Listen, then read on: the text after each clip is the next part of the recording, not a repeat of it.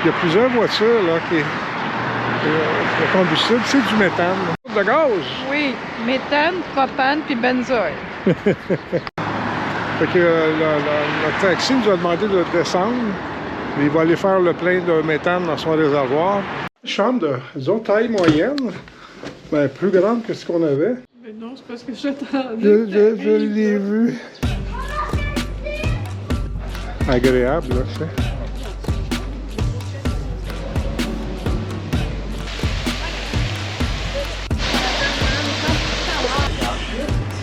Ah ben, on a Timo et Staline.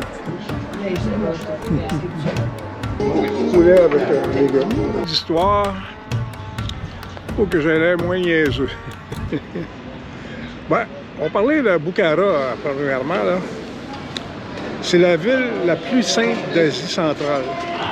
Puis on dit sa vieille ville, toujours habitée, c'est ça qui est vrai. C'est là que ça la rend très intéressante. Elle compte des édifices, des bâtiments à l'histoire millénaire. C'est pas rien, là, tu sais. Et puis la vieille ville donne vraiment un aperçu de ce que ça pouvait être. C'est la porte vue de l'extérieur, là.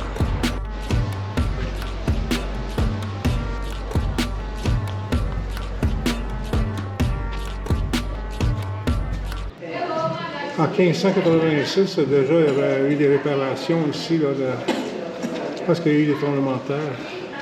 Un autre aspect intéressant de cette madrasa au niveau des études, c'est le centre social scientifique.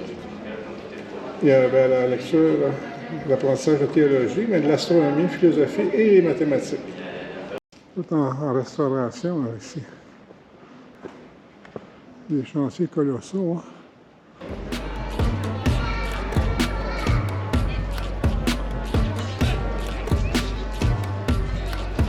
Allons-y.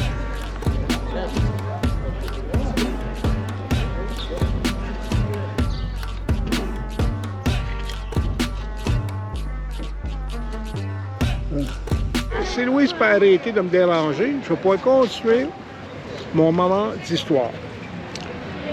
Bukhara, hein, on est toujours à Bukhara. Ce qui est très important, c'est les gens célèbres qui sont nés ici ou tout près, comme le philosophe et l'homme de science Ibn Sina, mais beaucoup plus connu en Occident, c'est un médecin célèbre, Avicenne.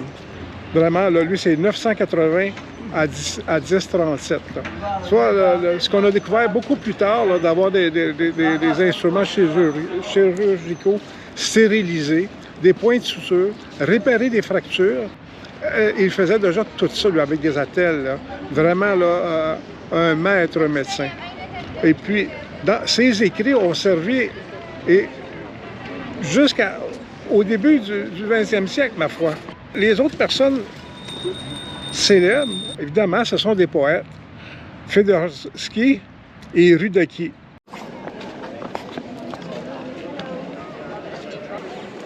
Ah, il y a deux coupoles, on ne la voyait pas où on était. Ici, c'est la madrasa Mir arabe. Qui a été construite en 1530 et 1537. Mais là, on vient de nous fermer la porte. Il est juste 11 heures, je ne sais pas pourquoi. Un peu d'histoire.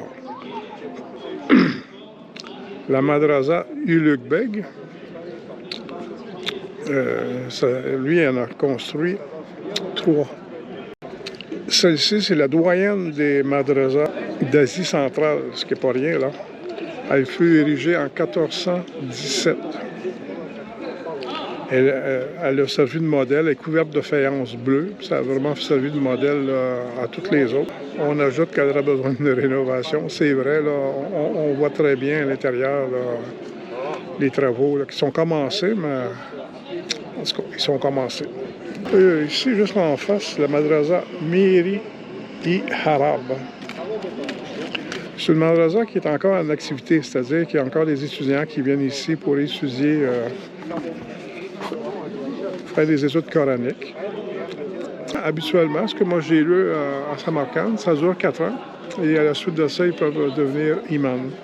Moment d'histoire, un autre. Lors de sa construction en 1127, c'est pas d'hier, c'est le plus vieux monument existant, là. ici à Bukhara.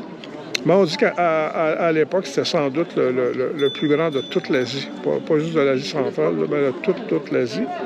Et que ça a tellement impressionné Gengis Khan quand il est arrivé ici avec sa gang de Mongols, puis qu'on sait qu'il niaisait pas avec le POC pour ce qui était de la destruction.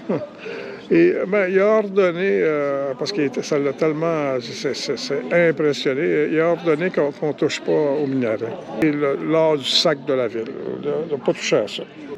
Avec ce minerai, la première utilisation des faïences comme motif de décoration, bon, c'est ici que ça apparaît en 1127.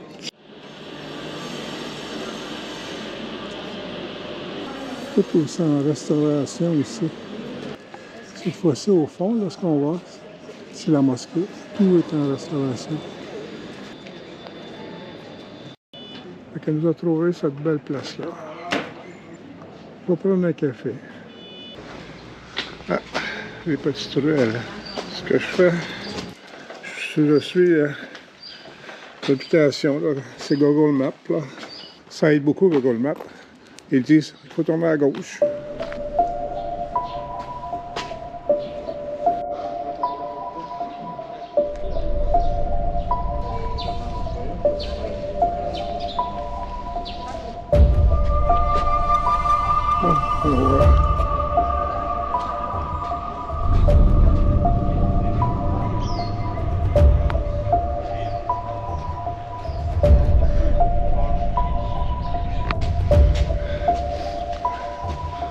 Il y a comme un passage qui...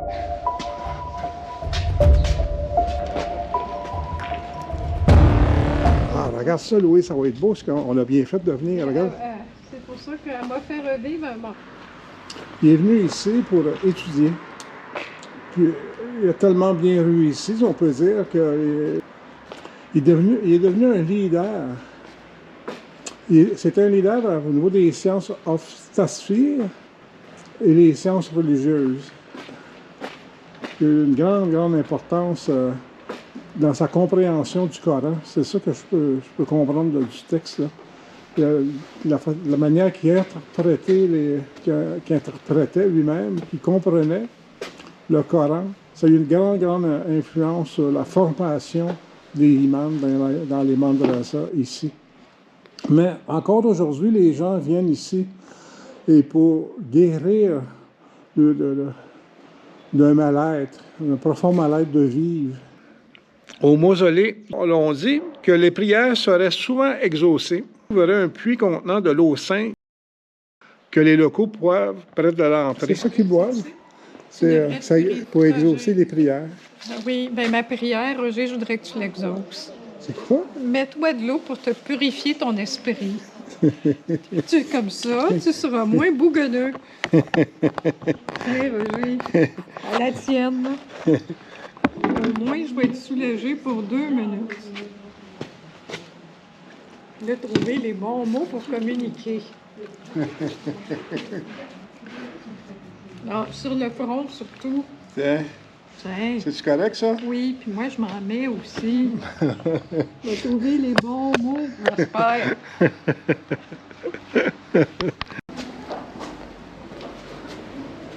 On a l'impression de faire nos propres découvertes, là, tu sais. Des monuments qui attestent du passage du temps, tu sais. On tombe là-dessus, on tente de retrouver notre chemin, là. Parce qu'on s'est promené dans un dédale de ruelles. Là, on a abouti sur comme un boulevard. On sait à peu près où est-ce qu'on est, là, mais ça, on a vu ça nulle part, là. C'est pas trop touristique, ici. Il y a quelque chose de gros, là, devant, là. C'est peut-être la citadelle qui est là, Louise. Là, c'est la citadelle qu'on voit dans le fond, là.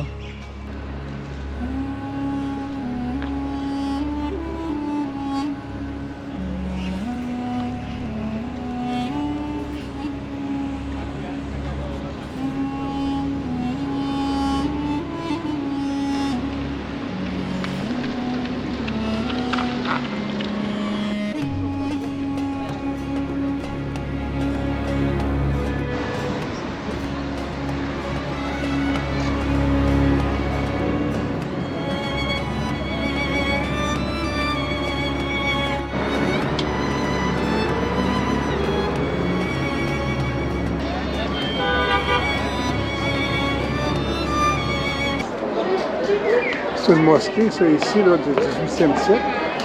1700, ouais, je crois. Et puis, sur 3 faces, là, c'est en bois, avec des colonnes en bois. C'est la salle de couronnement. J'ai bien compris ça ici.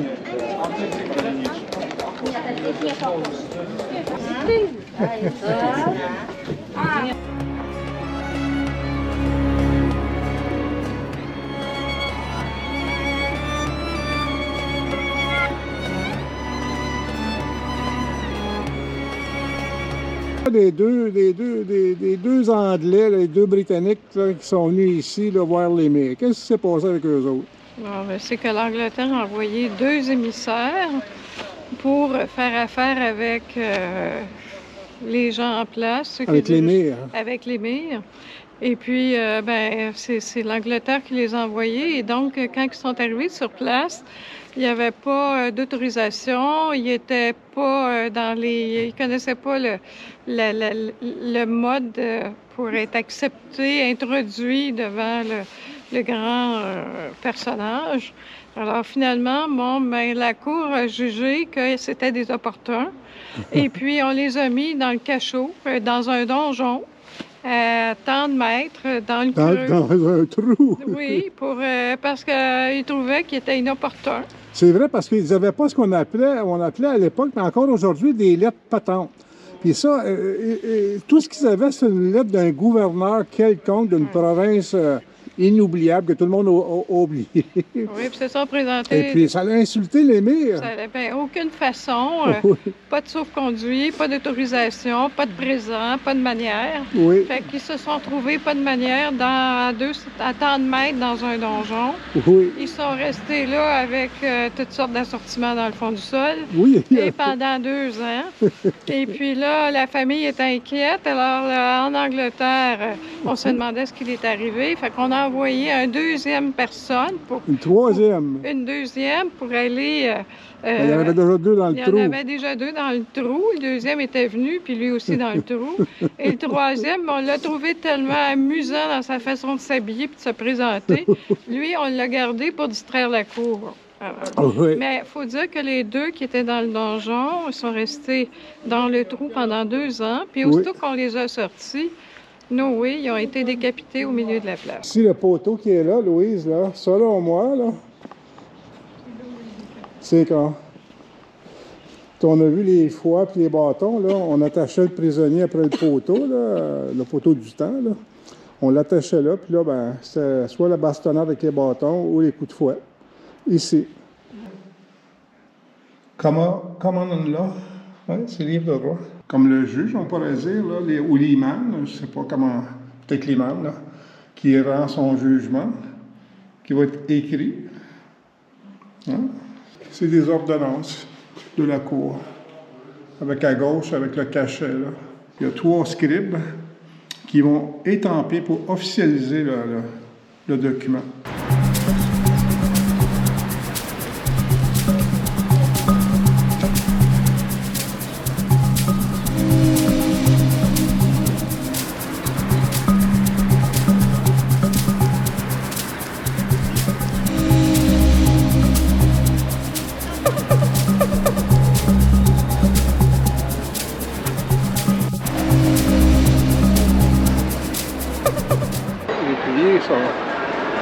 La base des piliers sont tous pulsés, sont tous différents les uns des autres. Oui, un code de nuit.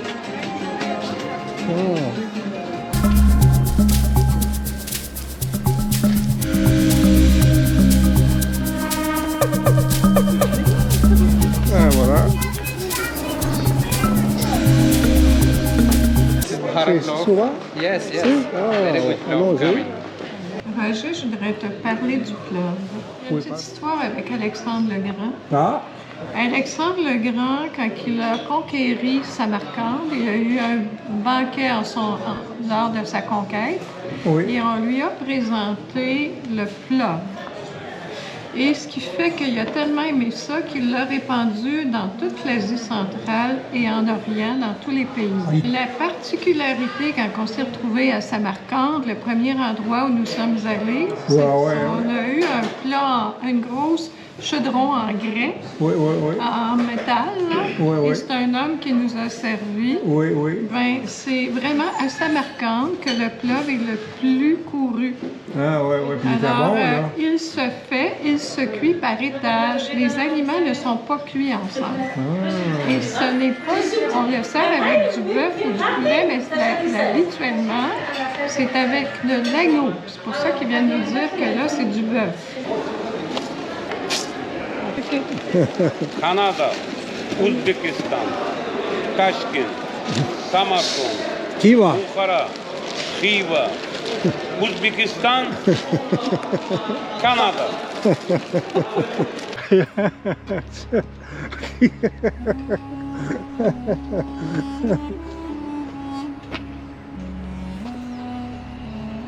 Ouais. Ce qu'il y a au fond, là.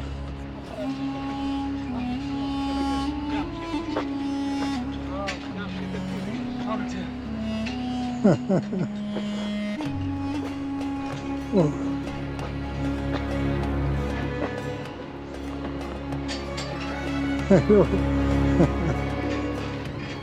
Merci. Botanico? Ok. Botanico Louise. Dale, Luis. Oh, wow. Voilà.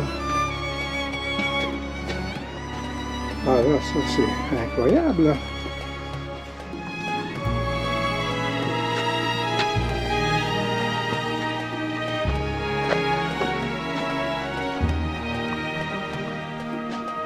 Ça, c'est un des trajets, là. On va voir.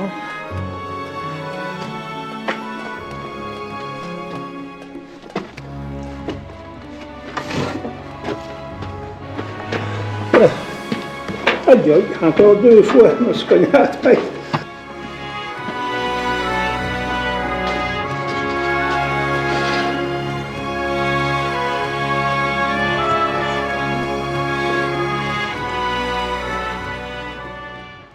Louise s'est fait aborder pour répondre à un sondage. Okay, what do you think about this place? How do you feel about this place? But first of all, there is a lot of history. I would like to, it reminds me how it was when it was the caravan. So we passed through the way of the Palmyra way. Bukhara has a lot of cities, antique cities. So I try to find out how to represent myself, how it was in those days. A lot of conquests, okay, including the Russia, including Alexander, different people, Genghis Khan. And it gives me the possibility to cross the history and the architecture, especially the architecture, in 1,000 years and more. So, and I heard there was 3 states, Bukhara, Khiva, and Samarkand. And Samarkand is also great. So Uzbekistan is to travel and to take a look around. Thank you very much. Just a minute. What she don't tell you? What she don't tell you? She really like to travel with me. Yeah, but this guy.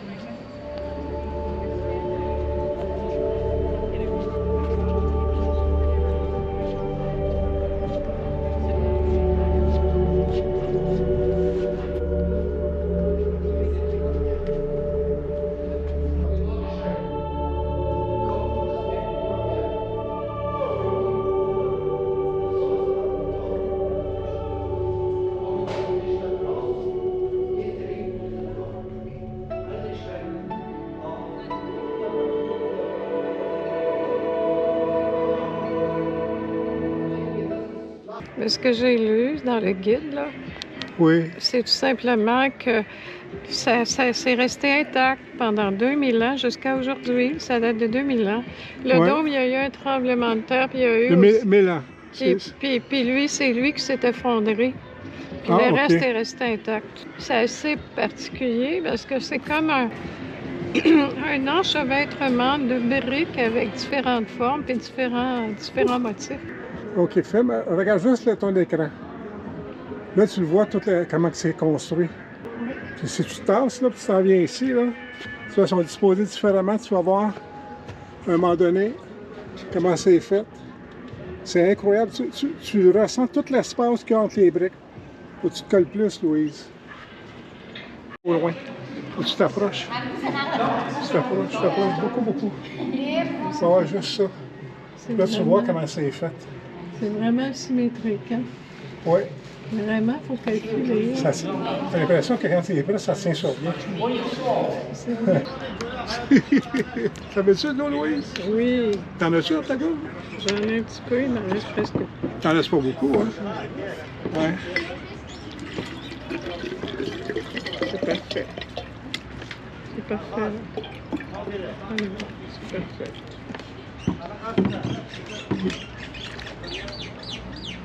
Santé, Roger. Santé, Louise.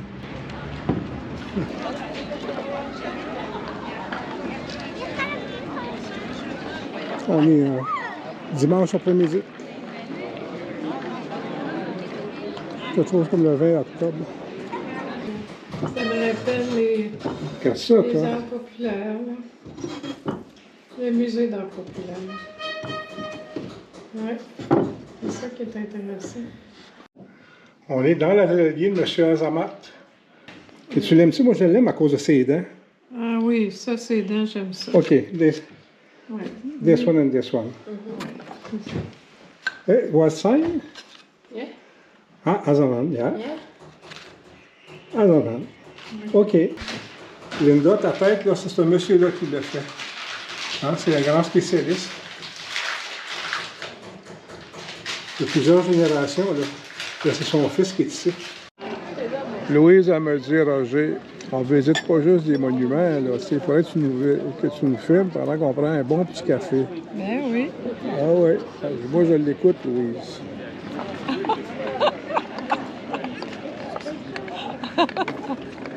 Ça, c'est vraiment du Roger Francoeur, tout cru.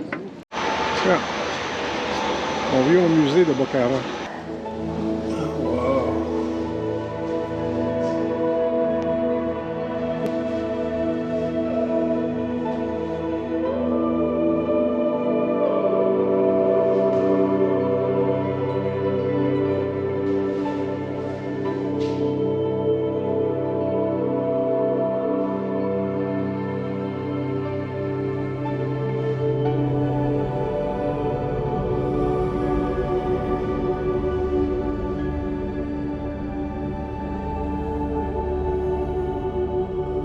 On peut dire que j'ai filmé la même scène.